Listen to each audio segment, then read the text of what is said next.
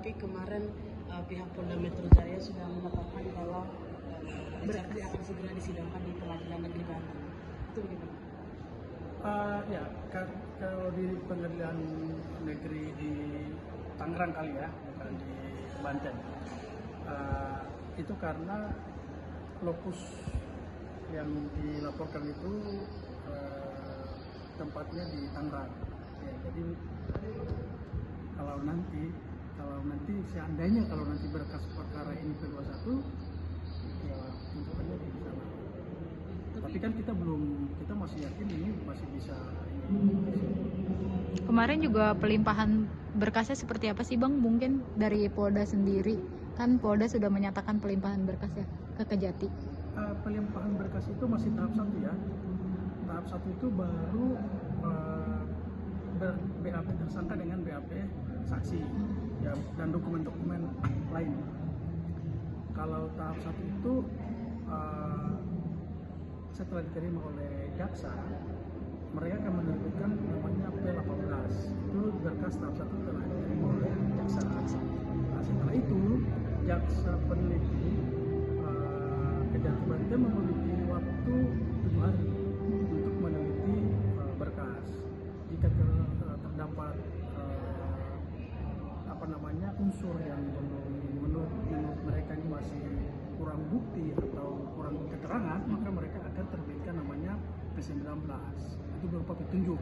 Petunjuk itu akan diberikan kepada polisi, kepada penyidik untuk segera dipenuhi. Nah, dari 7 hari itu mereka akan kembalikan kalau ada P19 petunjuk, maka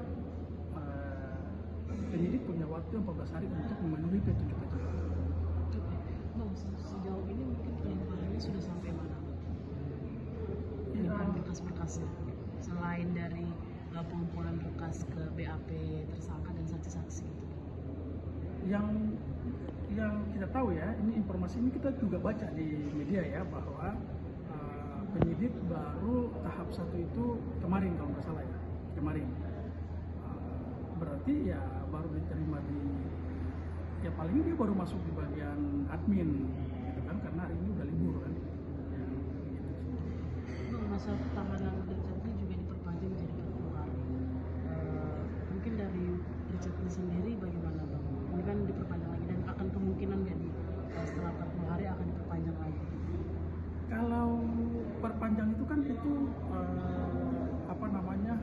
kewenangan penyidik ya. Karena masa penahanan yang 20 hari itu sudah habis, sementara kan proses penyidikan ini masih berlangsung, belum sampai kepada P21. Makanya mereka masih butuh waktu. Dengan tambahan 40 hari itu kewenangan penyidik. Kalau dari Dr. Richard sih ya lebih cepat lebih baik itu dilimpahkan berkasnya gitu kan ya, tidak lama-lama lah. Mungkin kalau setelah 40 hari penahanan ini ada pertambahan lagi Kabang jika berkas juga belum dinyatakan P21? Kalau sudah dalam KUHP yang baru itu penyidik punya waktu itu 14 hari untuk menentukan memenuhi petunjuk yang diberikan oleh jaksa. Nah, bila itu telah dipenuhi, maka yang 14 hari itu mereka harus serahkan ke kejaksaan, dan itu menjadi kewenangan jaksa untuk mengambil mempersiapkan untuk dakwaan penuntutan.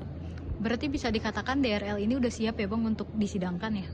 Kalau dari kami sih pasti siap ya, pasti siap untuk membela dan mematahkan apa yang disampaikan klien kami. Berarti sudah menyiapkan bukti juga Bang terkait pembantahan itu semua? Bukti-buktinya sudah disiapkan? Kalau dari bukti dari kami, dari keterangan dari saksi, kami juga hari ini kami lagi mengajukan untuk pemeriksaan saksi ahli, karena sempat kemarin saksi ahli dari kami itu belum diperiksa, tapi sudah tahap tahap 1 kan. Nah, bisa jadi ini prediksi kami ya, bisa jadi saksi bisa jadi ya, mungkin dalam petunjuk untuk penyidik itu untuk saksi ahli itu salah satunya mungkin ya, karena kan saksi ahli itu permintaan dari tersangka untuk melihat secara objektif perkara ini gitu kan. Saksi ahlinya ini siapa? Yang dari kami, Iya. yang dari kami ajukan itu namanya Profesor Oscar. Prof. Oscar. Mengenai apa dia di bidang apa bang? Dia di perlindungan konsumen, memang spesialis. Dia pakar perlindungan konsumen. Oh, tapi apa sih Pak yang menjadi alasan dari Richard sendiri akhirnya memanggil saksi ahli perlindungan konsumen sedangkan kasus ini sudah akan disidangkan gitu? Bukannya Oh belum, kalau disidangkan kan masih tahap 1, makanya saksi ahli itu sudah diminta oleh Richard Lee waktu dalam pemeriksaan sebelum tahap 1, cuman sudah duluan di tahap 1, maka nanti kita masih berharap karena itu kan hak tersangka ya untuk membela diri, hadirkan saksi ahli yang bisa menjelaskan apakah perkara ini tindak pidana masuk pelanggaran pidana atau administrasi saja, karena kan kita ketahui ini masih menurut keyakinan kami buktinya masih lemah. tapi menurut Abang apakah kasusnya Richard ini terlepas dari Abang kuasa hukum ya melihat secara general menurut Abang sendiri apakah kasus ini memang layak untuk dipidanakan atau seperti apa ini ya administrasi? Saya belum bisa masuk ke itu ya, tapi yang pertama kan tidak ada korban nyata ya, tidak ada korban. Pelanggaran itu masih debatable. Seandainya kalau ini pelanggaran yang dilakukan oleh klien kami, ya harus digali lebih dalam apakah ini pelanggaran pidana atau pelanggaran administrasi. Perlu diketahui bahwa produk yang dijadikan sebagai bukti ini itu produk yang pertama itu bukan produk yang dibuat oleh perusahaan atau diproduksi oleh Dr. Richard.